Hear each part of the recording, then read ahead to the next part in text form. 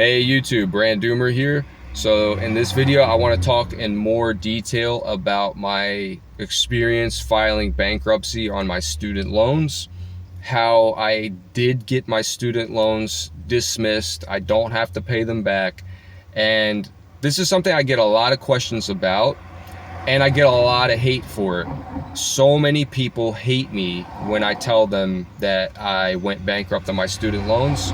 A lot of people feel like I should have to pay them back no matter what my situation is. There's a lot of people out there who, if I tell them I don't have to pay back my student loans, they will be screaming from the rafters that I have to pay it back. They want to see me pay it back. Listen, when the system's stacked against you from the start, all you have is the system to get you out. You have to use the system against itself because the system is stacked against you. And let me tell you another thing. Like, do you think Citizens Bank is missing their money? Because I had a private student loan. So if you're going to tell me, oh, taxpayers have to pay it back, well, you're wrong. Because I had private student loan debt. None of this was financed by American taxpayers. It was all financed by Citizens Bank. They're the ones who are footing the bill. And if you feel really bad for Citizens Bank, we can create a GoFundMe, we can raise the money back, and we can give it back to Citizens Bank. So anyway, but in all seriousness, to talk about the student loan debt and sort of my situation specifically. So I went to college for 4 years. I took out about $55,000-$60,000 in loans. Day one, when I graduated, those loans were due. I was paying $1,090 a month in minimum payments to service the debt that I took out. I was only making $10 an hour at the audiobook studio at the time, and then I had a job at the university library that I worked at nights. So every day I would wake up, work 8 hours at the audiobook job, then I would immediately drive over to the library and I would do another 6 hours. So I was working 14 hours a day, 5 days a week. I believe it came out to like 70 hours that I was working. And I was grinding myself into the ground. I was barely making any money. Like, still, I worked all that much. I barely had any money, especially after paying $1,090 of that money to the student loan.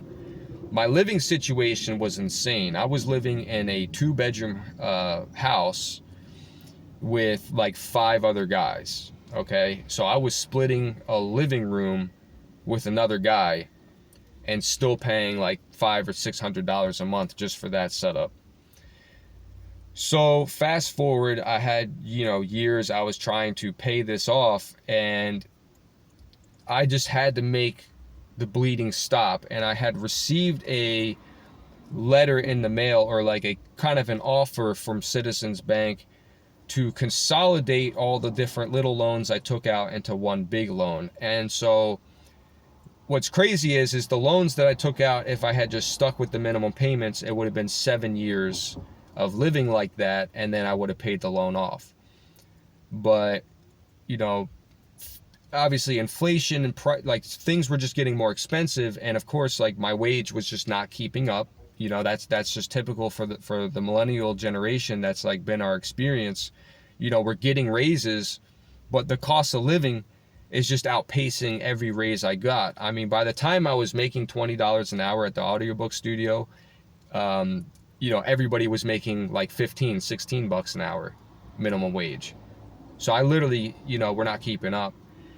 And anyway, back to the point, when I consolidated those loans, I reset the clock, and I think I consolidated them for like on a term of 20 years. So now it was going to be an additional 20 years that I was going to be paying these loans back. I think it was actually 25 years. So I wouldn't have been done paying the loans back until I was about 51, if I made only the minimum payments with that.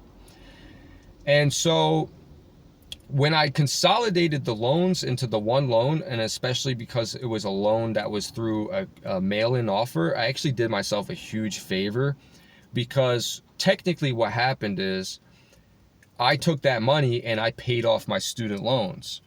And now the one big loan I had technically wasn't a student loan anymore, because one, student loans cannot be offered through the mail. So if you ever get an offer through the mail that lets you consolidate all your loans, do it, because now that loan itself is dismissible in bankruptcy court and your student loans have been paid back, so you don't owe them anything. uh and yeah, so that's how I got to that situation. I mean, it wasn't really anything more complicated than that, but I would say like my biggest tips when if you're going through bankruptcy, because that's ultimately what happened, is I had a few things going on in my life where you could say I got scammed. I did a real estate seminar. I took out another 50,000 because I was just really desperate, and they were supposed to teach me how to do a business, and that's a whole different story. And I'll get into that, like the Rich Dad Poor Dad seminar. But yeah, so anyways, I did this thing. It pushed me to bankruptcy. And most lawyers I talked to, most bankruptcy attorneys were like, hey, we can take care of this loan, but we can't take care of your student loan. So you're going to come out of bankruptcy still $50,000, $60,000 in debt. And I'm like, how is that a fresh start? Like, I really need a fresh start. So I kept calling different lawyers, and I actually found one who has done student loan bankruptcy in the past.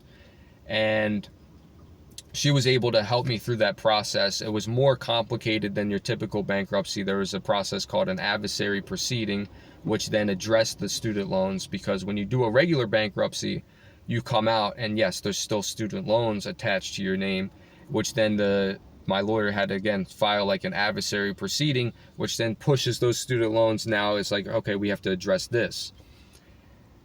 So my biggest like pieces of advice and why it worked out well for me was I never missed a payment. Okay, my credit was actually really good. So even though I was in this situation, I always made my payments. And if I was ever in a situation where, I couldn't work for a week, my work didn't have, my job didn't have work for me. So I actually called my student loan company, told them, hey, this is the situation I'm in. Can you guys work with me?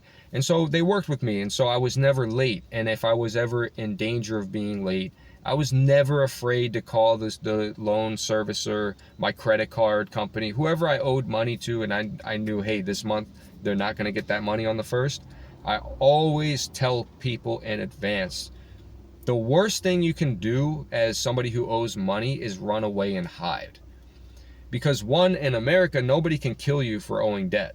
Okay, if you owe somebody money, they can't physically harm you, because that's called like the mafia, basically, right?